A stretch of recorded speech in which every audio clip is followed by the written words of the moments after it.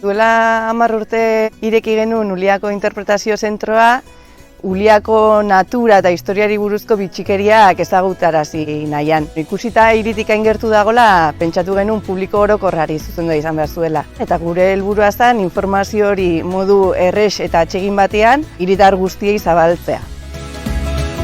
Hasi ginen inguruko eragileekin harremanetan jartzen azken finean gu iritsi berria ginen Uliara, baina lehendik baztegon jende asko bertan lanean, bertako informazioa zeukana, ginen publiko horrentzako aktibitateak edo sortzen. Irteeratxoak, erakusketak, haurrentzako tailer didaktikoak, eta horrekin poliki-poliki agenda oparo bat osatu genuen.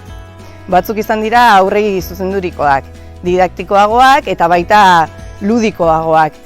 Beste batzuk agian teknikoagoak edo izan direnak, ja interes berezia daukan publikoari zuzenduak. Hegazti buruzko irteerak, edo landarediari buruzko irteerak, geologiari buruzkoak ere bai.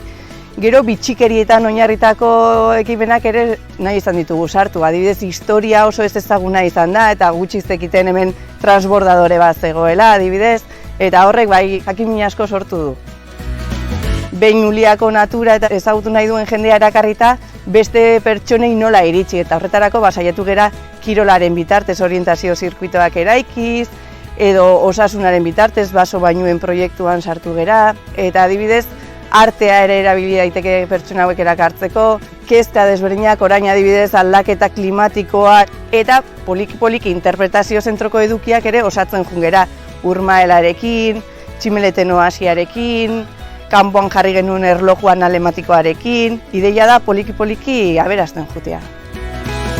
Gustatu zait sortu den elkarlan giroa, hainbat elkarterekin, eta baita bertara etortzen den jendearekin. Eta beti esaten dugu azkenean hemen familia arteko giro bat sortzen dela, jendea oso gustora ateatzen da, oso polita da, lekua berez bada atsegina, orduan oso erresa da giro goxo hori sortzea eta jendeak behin eta berriz errepikatzen du.